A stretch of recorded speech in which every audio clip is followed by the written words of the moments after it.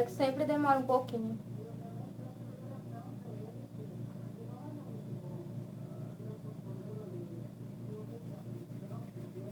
Pronto. Eu imagino que já esteja aparecendo, né? Então, aqui é a apresentação, a minha apresentação. E o debate, Karl Marx. O meu tema é os equívocos da filosofia marxista. Então, temos aqui a foto de Karl Marx. Vou iniciar com a crítica de Raymond Aron. Abre aspas.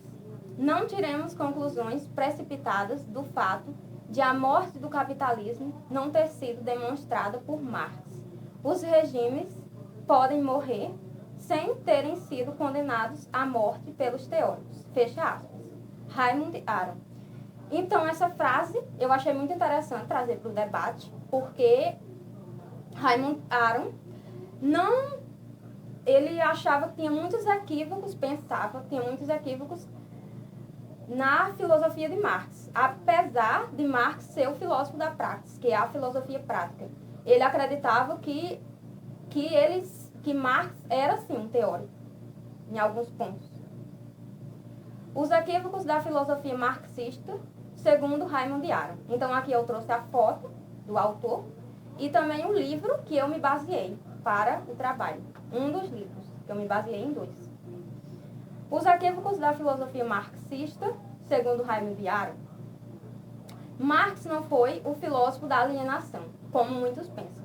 Então, primeiro eu trouxe essa frase que muitas pessoas, muitos intelectuais pensam que ele foi o filósofo da alienação. Então, que fique bem claro que ele não foi. O essencial no esforço científico de Marx, qual foi o objetivo, o grande objetivo da criação da teoria de Marx? Foi demonstrar cientificamente a evolução a seus olhos inevitável do regime capitalista. Então, o regime baseado no capital, com 2 classes, o proletariado e a sociedade burguesa, iria sim ter uma evolução para uma classe não antagônica. Qualquer interpretação de Marx que não encontre um lugar para o capital, então aqui a gente já começa a ver os equívocos. Que existem interpretações que não encontram lugar para o capital, que não incluem o capital. Ou que sejam capazes de resumir esta obra em poucas páginas, é aberrante, com relação ao que o próprio Marx pensou e pretendeu. Então, resumindo, não se pode falar de Marx sem falar desse grande livro dele, dessa grande obra, O Capital, e também não é possível resumir essa obra em poucas páginas. Não é possível fazer uma síntese, um resumo. Precisa-se, sim, do livro original. A sociologia histórica do capitalismo, que foi a teoria de Marx, para estudar a sociedade burguesa, comporta tantas interpretações diferentes e chega a ser mesmo equívoca. A concepção marxista da sociedade capitalista e das sociedades em geral é sociológica, mas sua sociologia está vinculada a uma filosofia. Então, eu quis destacar porque o meu tema é os equívocos da filosofia marxista. E vale lembrar que Marx começou as suas obras na sua juventude, ele era um filósofo, inicialmente. Muitas dificuldades de interpretação nascem das relações entre filosofia e sociologia. Podem ser compreendidas de maneiras diferentes. Também ocorrem equívocos nas relações entre economia e sociologia. A interpretação de Hegel é pelo menos tão contestada quanto a de Marx, porque Marx ele se inspirou em Hegel e se inspirou em Feuerbach. Agora eu vou entrar nos equívocos na filosofia marxista, na visão de José Paulo Neto, que foi o outro livro que eu me baseei, aqui eu tenho a foto do autor, e Introdução ao Estudo do Método de Marx, que foi o segundo livro, que foi o texto complementar. Verifica-se que foram responsáveis pelos equívocos tanto os próprios seguidores de Marx, quanto seus adversários e detratores. Então, todo pensador, todo escritor vai ter sempre as pessoas que vão ser contra, que vão desfigurar o seu pensamento, que vão discordar. E eles precisam construir argumentos para que essa discordância fique mais forte, fique mais convincente para o leitor. Então, houve uma desfiguração do pensamento marxiano.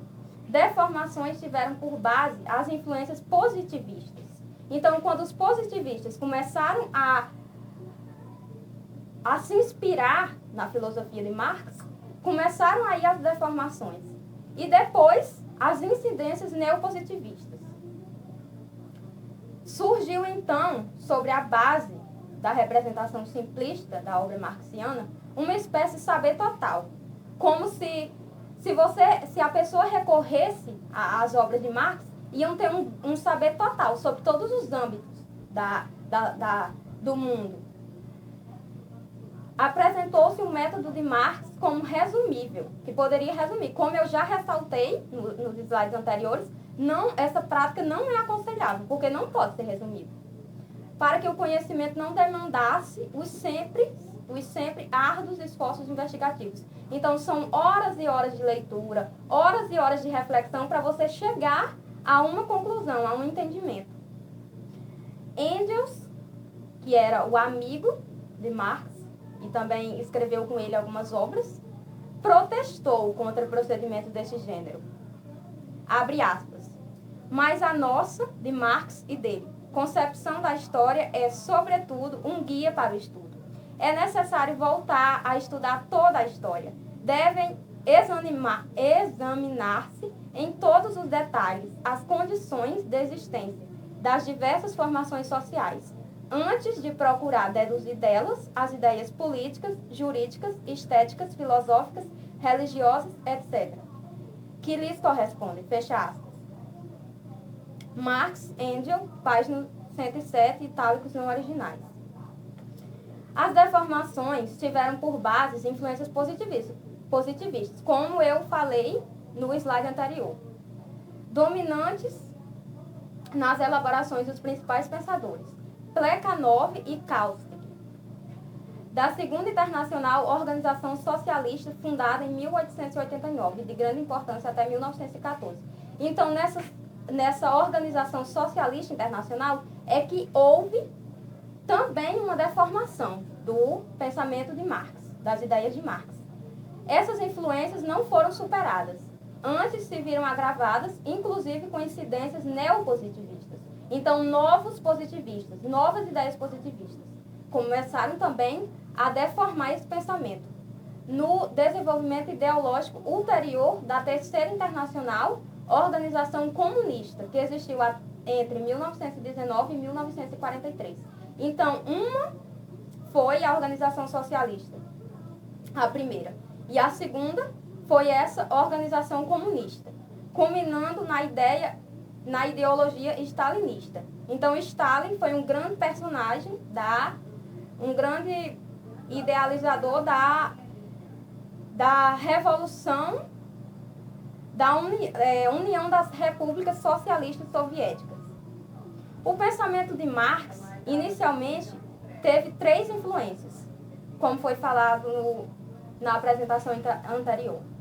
A filosofia alemã, a economia inglesa e a ciência histórica francesa. Então, o pensamento de Marx tinha como base essas 3 influências: a filosofia alemã, a economia inglesa, a ciência histórica francesa. Porém, intérpretes mais sutis desprezam essas 3 influências. Então, a obra que não tiver ligação com a filosofia alemã, com a economia inglesa e com a ciência histórica francesa, já sabe que é uma deturpação, não vai corresponder à verdade. Conclusão. Praticamente todas essas interpretações equivocadas podem ser superadas. Então, o autor José Paulo Neto, ele deixa isso claro no final do texto. As fontes que operam uma análise rigorosa e qualificada da obra marxiana são, por exemplo, os diferenciados estudos de Rondowski, 2001, Dalprat, 1971, Lukács, 1979, Dussel, 1985, Ben Said, 1999, terceira parte, e Messaros, 2009, capítulo 8. Mas o que assegura uma verdadeira compreensão da teoria de Marx é a recorrência aos próprios textos de Marx e, eventualmente, de Marx e Engels. É o que propicia o material indispensável e adequado para o conhecimento do método que ele descobriu para o estudo da sociedade burguesa. Aqui eu destaquei a frase marcante de Karl Marx, que eu acho muito interessante essa frase, abre aspas. Até agora os filósofos se preocuparam em interpretar o mundo de várias formas. O que importa é transformá-lo. Karl Marx. Fecha aspas. E aqui temos as referências que eu utilizei, os 2 livros.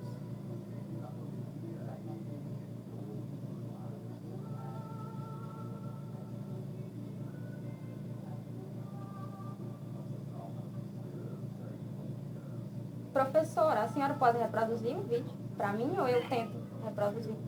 Bom, eu vou fazer o seguinte,